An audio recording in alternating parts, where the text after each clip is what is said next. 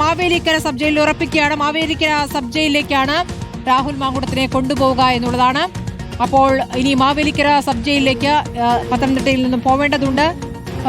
ഹരിമോഹൻ വിവരങ്ങൾ നൽകാം. 14 ദിവസത്തെ റിമാൻഡാണ്. മറ്റന്നാൾ ജാമ്യ ഹർജി സമർപ്പിക്കുമെന്നുള്ള വിവരങ്ങൾ. പക്ഷേ അതുവരെ മാവേലിക്കര സബ് ജയിലിലേക്കാണ് രാഹുലിനെ കൊണ്ടുപോകുന്നത്.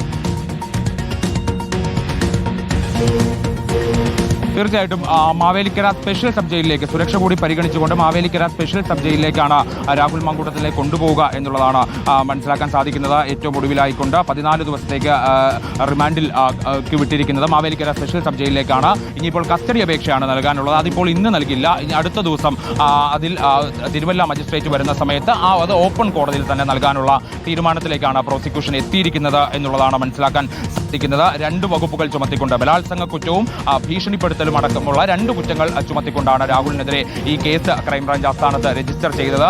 ആദ്യം പത്തനംതിട്ടയിലും പിന്നീട് ക്രൈംബ്രാഞ്ച് ആസ്ഥാനത്തും അത് റീ രജിസ്റ്റർ ചെയ്യുകയായിരുന്നു. ആ കേസിലാണ് ഇപ്പോൾ രാഹുലിനെ റിമാൻഡിലേക്ക് വിട്ടിട്ടുള്ളത്. ഇതിൽ ഏറ്റവും ഗുരുതരമായിട്ടുള്ള കാര്യങ്ങളെന്ന് പറയുന്നത് ഈ അതിജീവിതയോട് തുടക്കം മുതൽക്ക് തന്നെ അതിജീവിതയെ ശാരീരികമായി ഉപദ്രവിക്കുന്ന ഒരു നിലയിലേക്ക് രാഹുൽ മാറിയിരുന്നു. അത് ആശുപത്രി രേഖകളടക്കം തെളിവുകളായി ശേഖരിച്ചുകൊണ്ടാണ് പോലീസ് അന്വേഷണവുമായി മുന്നോട്ട് പോയത്. ഒരാഴ്ചക്കാലം നീണ്ടുനിന്ന അന്വേഷണമാണ്. ആ അന്വേഷണത്തിൽ വലിയ രീതിയിലുള്ള തെളിവുകൾ അത് ഡിജിറ്റൽ രേഖകളായിക്കൊണ്ടും ഒപ്പം ആശുപത്രി രേഖകളായിക്കൊണ്ടും ഒക്കെ ഇതിനോടകം തന്നെ പോലീസ് ശേഖരിച്ചിട്ടുണ്ട്. ഹോട്ടലിലെ രജിസ്റ്റർ അടക്കമുള്ള, അതായത് അതിജീവിതയോടൊപ്പം താമസിച്ച അതിജീവിതയെ നിർബന്ധിതമായി കൊണ്ടുപോയ ഹോട്ടലിലെ രജിസ്റ്റർ അടക്കം ശേഖരിച്ചുകൊണ്ടാണ് പോലീസ് അന്വേഷണവുമായി മുന്നോട്ട് പോകുന്നത്.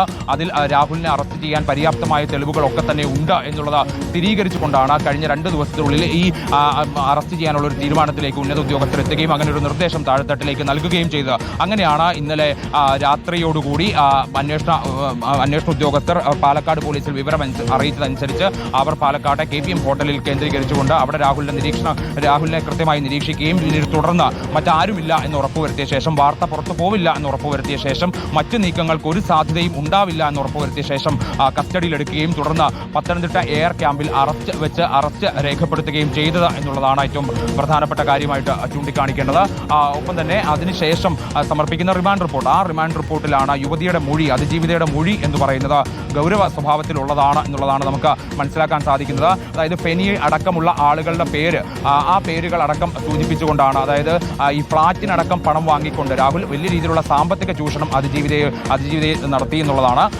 പണം ആവശ്യപ്പെട്ടുകൊണ്ട്, അതായത് ഫ്ളാറ്റ് ഒരു 3 BHK ഫ്ളാറ്റ് വേണം എന്ന് രാഹുൽ ആവശ്യപ്പെടുകയും ആ ഫ്ളാറ്റിന് പണം കൊടുക്കണമെന്ന് ആവശ്യപ്പെടുകയും ചെയ്തു. അതായത് 1,14,00,000 രൂപയാകുമെന്നാണ് അതിജീവിതയോട് പറഞ്ഞത്. അത്രയും പൈസ തന്റെ കയ്യിൽ ഇല്ലെന്ന് പറഞ്ഞു. ഹരിമോഹൻ രാഹുലിനെ പുറത്തേക്ക് കൊണ്ടുവന്നിരിക്കുന്നു. വാഹനത്തിൽ കയറ്റുകയാണ്. മാവേലിക്കര സ്പെഷ്യൽ സബ് ജയിലിലേക്കാണ് രാഹുലിനെ കൊണ്ടുപോകുന്നത്. രാഹുൽ വാഹനത്തിൽ കയറി കഴിഞ്ഞിരിക്കുന്നു.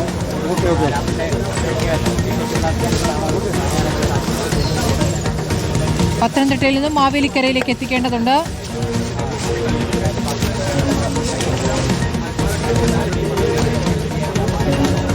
രാഹുലിന്റെ കസ്റ്റഡി അപേക്ഷയും മറ്റന്നാൾ സമർപ്പിക്കുമെന്നുള്ള വിവരം.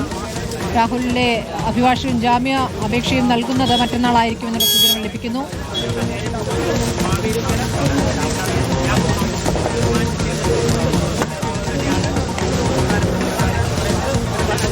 ആദ്യ കേസുകളിൽ അറസ്റ്റ് ഒഴിവാക്കിയ രാഹുൽ മാങ്കൂട്ടത്തിന് ചുരുക്കായത് 3ാമത്തെ കേസാണ്.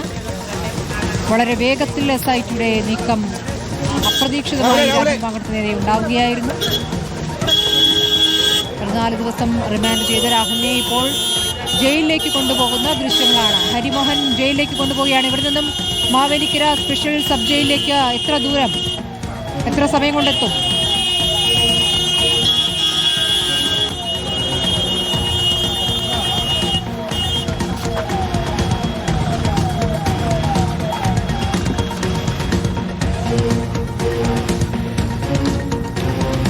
രാഹുൽ മാങ്കൂട്ടത്തിൽ ജയിലിലേക്ക് പോവുകയാണ്. ചിരിയൊക്കെ മാഞ്ഞിരിക്കുന്നു. ഇപ്പോൾ മുഖത്ത് വലിയ പ്രതിഷേധങ്ങൾക്കൊടുവിലാണ് രാഹുലിനെ ജഡ്ജിക്ക് മുന്നിലെത്തിച്ചത്.